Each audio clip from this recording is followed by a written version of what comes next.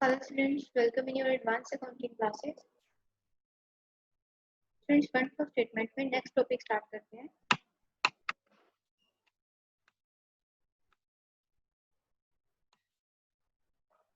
Preparation of fund flow statement. इसमें schedule of changes in working capital हम discuss कर चुके हैं. नेक्स्ट आता है अगर आपने फंड फ्लो स्टेटमेंट बनानी है तो आप कैसे प्रिपेयर करेंगे.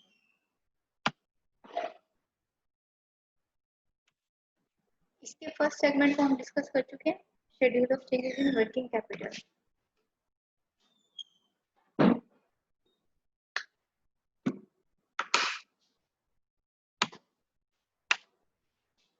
सेकेंड पार्ट में आता है फंड फ्लो स्टेटमेंट, जिसमें ये दो पार्ट्स में है, source of funds and application of funds.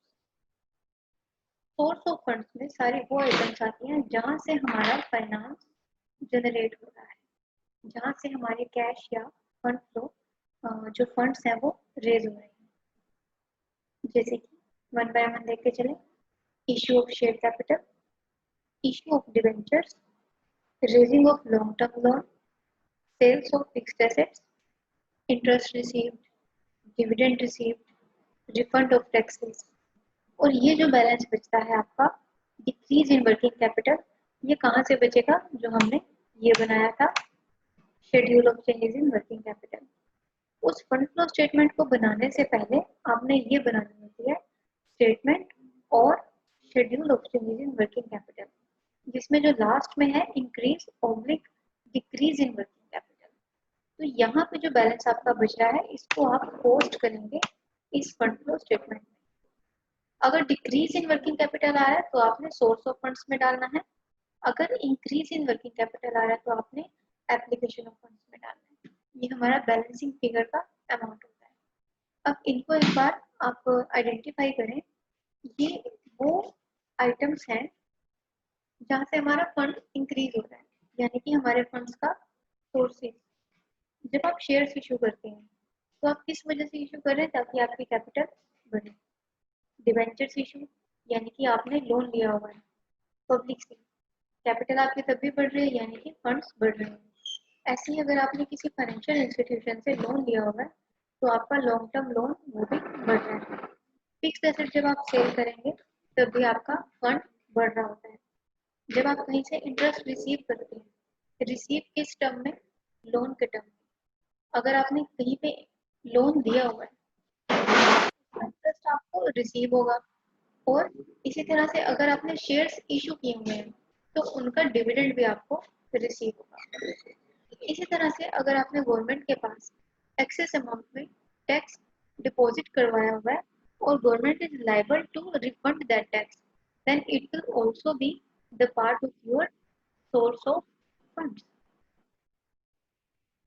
यानी कि आपका जो है refund of taxes is the part of your resource of funds. यहाँ से हमारे फंड्स जो है वो बढ़ रहे हैं, क्योंकि टैक्सेस में हमारे पास दो कंडीशंस आती हैं. एक होता है टैक्स पेबल और एक होता है रिफंडेबल. जो पेबल है वो हमारी लाइबिलिटी है, यानी कि हमारे वहाँ जो टैक्स है वी आर लाइबल टू पे टू गवर्नमेंट. और जो रिफंड ऑफ टैक्स है वो गवर्नमेंट से हमें वापस मिलेगा, तो इसीलिए वो एसेट्स का पार्ट है. और ये वाला बैलेंस हमने कहाँ से उठाया था, schedule of changes in working capital से.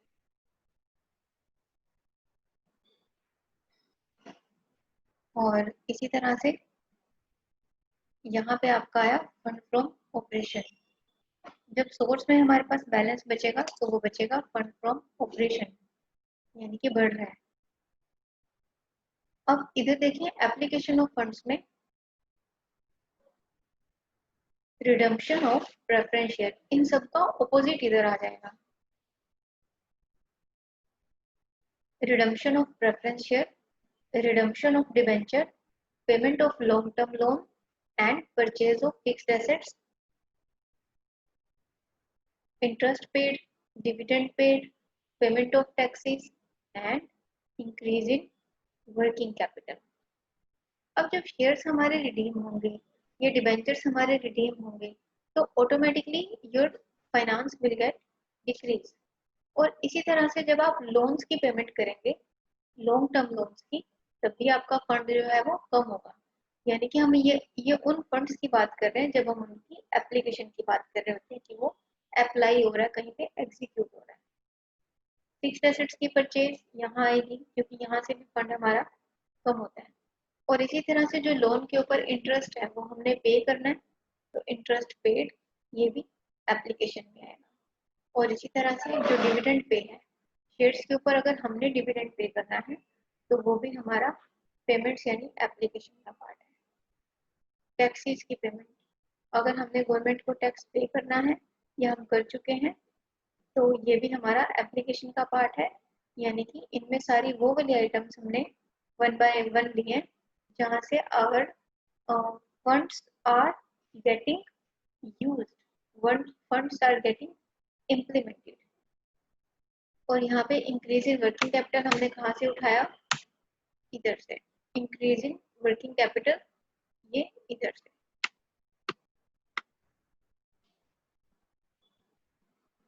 टोटल करेंगे दोनों साइड्स का इक्वल आएगा और ये हो गया हमारा यहाँ पे फंड फ्लो स्टेटमेंट। उसके बाद है calculation of fund from operation.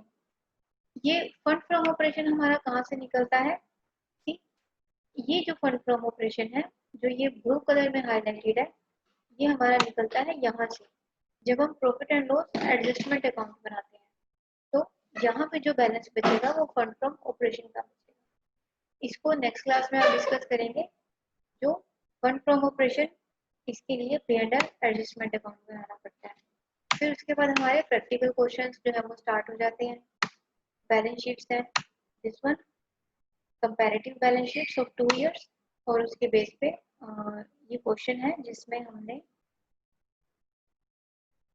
Start किया हुआ है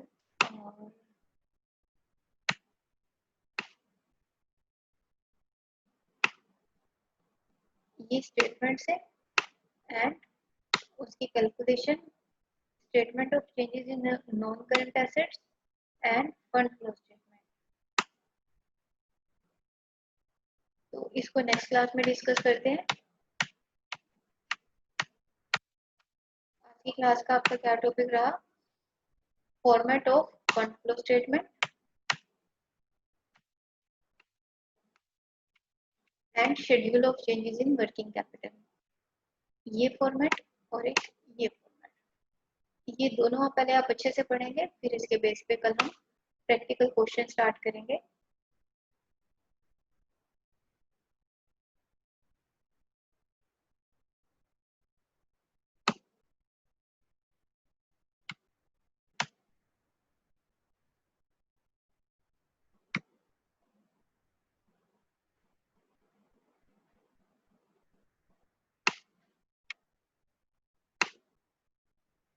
इसमें जो फंड फ्रॉम ऑपरेशन आया है,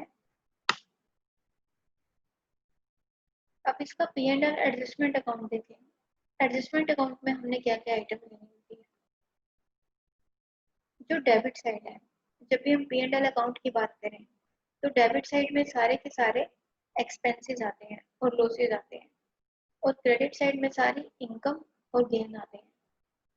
डेबिट साइड में depreciation, loss on sale of fixed assets, underwriting commission, discount on issue of shares and debentures, preliminary expenses written off, deferred revenue expense, goodwill write-off, patent और trademark, provision for taxes।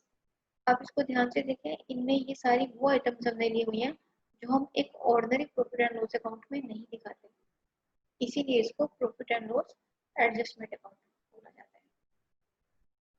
Credit side में profit और gain on sale of fixed asset, dividend received, interest received of investment, profit on revaluation of assets। फिर यहाँ पे आपका बचा fund from operation. अगर तो क्रेडिट साइड में बच रहा है that is fund from operation, अगर डेबिट साइड में बच रहा है तो आप फ्रॉम नहीं लगाएंगे, आप क्या लगाएंगे, फंड यूज्ड फ्रॉम ऑपरेशन।